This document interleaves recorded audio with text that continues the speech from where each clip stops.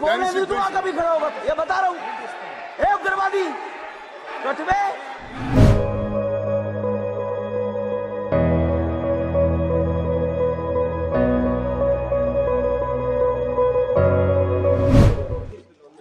राहुल जी कल सदन में नहीं थे, मेरा तो मोबाइल भी बंद था, मेरी किसी से बात नहीं।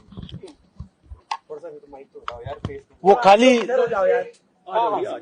सॉलिडेरिटी के लिए,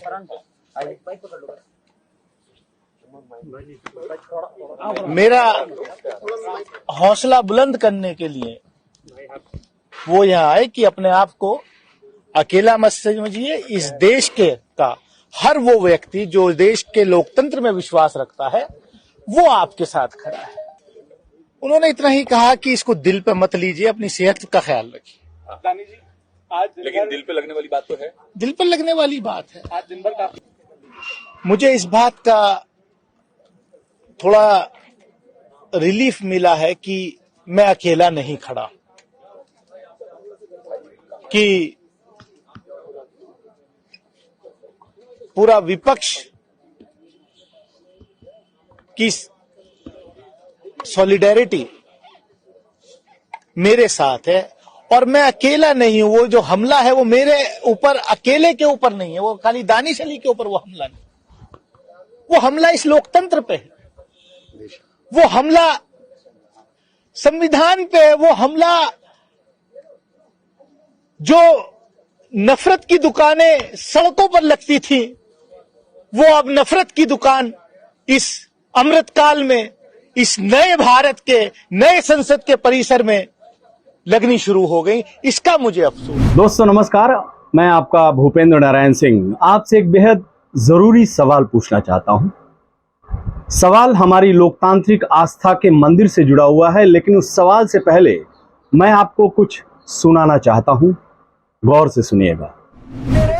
सिरे ले रहे हैं देश के वैज्ञानिक। ओए बड़वे, ओए उग्रवादी सिरे ले रहे हैं। ए उग्रवादी बोलने नहीं दूंगा कभी खड़ा होगा, ये बता रहा हूँ। ए उग्रवादी कटवे सर, ये वो शब्द हैं जिन्हें सभ्य समाज का कोई भी शख्स अपनी जुबान पर लाना पसंद नहीं करेगा, लेकिन भारतीय जनता पार्टी के सांसद रमेश बिधूरी साहब इन्हीं शब्दों से संसद में अपनी और अपनी पार्टी की शोभा बढ़ा रहे हैं। आतंकवादी है, उग्रवादी है, ये मुल्ला आतंकवादी है। सर अभी संसद के एक सम्मानित मुस्लिम सांसद को भारतीय जनता पार्टी सांसद किन शब्दों के साथ संबोधित कर रहे हैं वो सब आपके सामने है।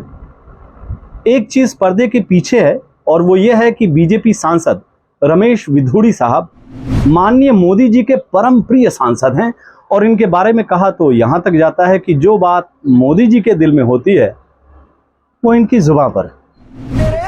सिरे ले रहे हैं देश के वैज्ञानिक। ओए बड़वे, ओए उग्रवादी सिरे ले रहे हैं।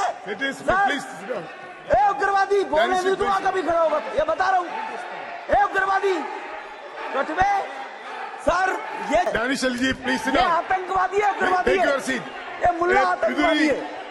सर अभी बीजेपी सांसद के गली के गुंडे मवाली वाली बोली का अगला चरण और खतरनाक था। उस चरण में पहुंचने के साथ रमेश बिधूरी अपने उस अंदाज में आ गए जिसके लिए वो लंबे समय से कुख्यात रहे हैं। इसकी बात करते रहना जी, बाहर देखो इस मुल्ले को। इसकी बात करते रहना जी, बाहर देखो इस मुल्ले को। इसकी बात करते रहना जी, बाहर देखो इस मुल्ले को। बाहर देखूंगा इस मुल्ले को, मतलब समझ रहे हैं आप? अगर समझ रहे हैं तो फिर सम्मानित कीजिए रमेश बिधूरी साहब को। लोकतंत्र के मंदिर में खून खराबा से परहेज कर रहे हैं साहब, इसीलिए अपने विरोधी सांसद को बाहर देखने की बात कर रहे हैं। रमेश बिधूरी को फौरन पार्लियामेंट में सस्पेंड किया जाना चाहिए। जो उन्होंने कहा है पार्लियामेंट के अंदर, लोकसभा के अंदर दानिश अली के बारे में, अत्यंत निंदनीय है।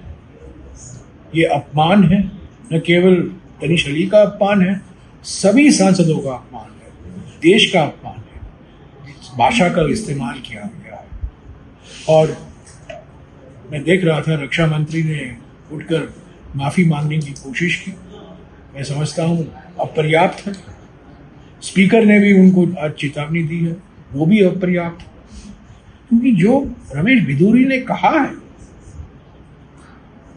देश ने देखा है, देश ने सुना है, ये बहुत आपत्तिजनक है, अति निंदनीय है। और मैं तो हैरान हो गया। मैं समझता हूँ विशेष सत्र में प्रधानमंत्री ने कई भाषण दिए, नया चैप्टर खोलेगा, नई रोशनी आएगी, नई जान आएगी, नई दिशा है। रमेश बिधूरी ने दिखाया है कि भारतीय जनता पार्टी की मंशा क्या है, भारतीय जनता पार्टी की एजेंडा क्या है। तो मैं इनको तो बिल्कुल सस्पेंड करना चाहिए।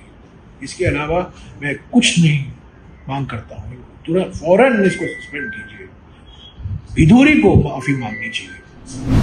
दोस्तों, इस मुद्दे पर मुझे कुछ नहीं कहना है। ईमानदारी से कहूं तो कहने के लिए कुछ बचा भी नहीं है। हाँ, एक सवाल जरूर मन में है। संसद हमारे लोकतंत्र का मंदिर है और हमारी धर्म और संस्कृति में मंदिर शब्द का बहुत महत्व है। मंदिर शब्द सुनते ही हमारे मन में आध्यात्मिक भाव आ जाता है, श्रद्धा से शीश खुद ब खुद झुक जाता है। लेकिन उसी मंदिर में मोदी जी के प्रिय सांसद की जुबान से गाली गलौज और मारने की, पीटने की धमकी। इसी से जुड़ा हुआ मेरा सवाल है कि हमारी लोकतांत्रिक आस्था के मंदिर में जो कुछ हुआ उसका असली गुनहगार कौन है और उसके साथ क्या सलूक होना चाहिए? आपके जवाब के इंतजार में मैं आपका भूपेंद्र नारायण सिंह। नमस्कार।